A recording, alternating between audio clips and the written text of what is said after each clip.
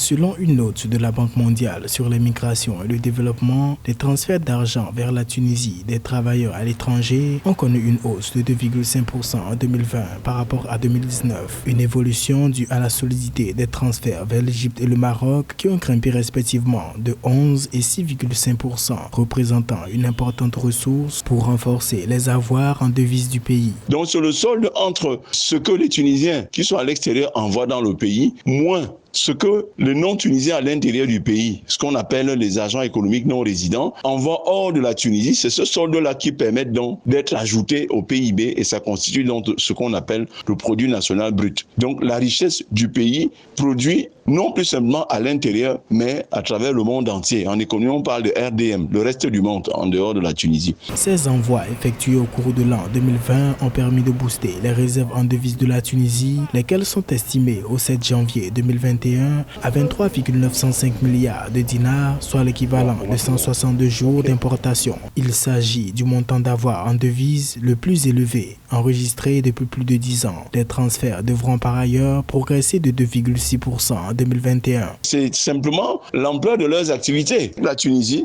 à travers sa diaspora entrepreneuriale, est en train de se déployer hors du pays et parfois même hors du continent, ce qui leur permet donc de grappiller suffisamment d'argent qu'on peut aussi faire retourner au pays et cela est comptabilisé maintenant au moment d'établir les grands agrégats macroéconomiques. Quant aux transferts d'argent effectués sur la même période vers le Moyen-Orient et l'Afrique du Nord, ils ont augmenté de 2,3% en 2020 à environ 56 milliards de dollars. Ceux officiellement enregistrés vers les pays à revenus faibles et intermédiaires ont atteint 540 milliards de dollars, soit à peine 1,6% de moins qu'en 2019.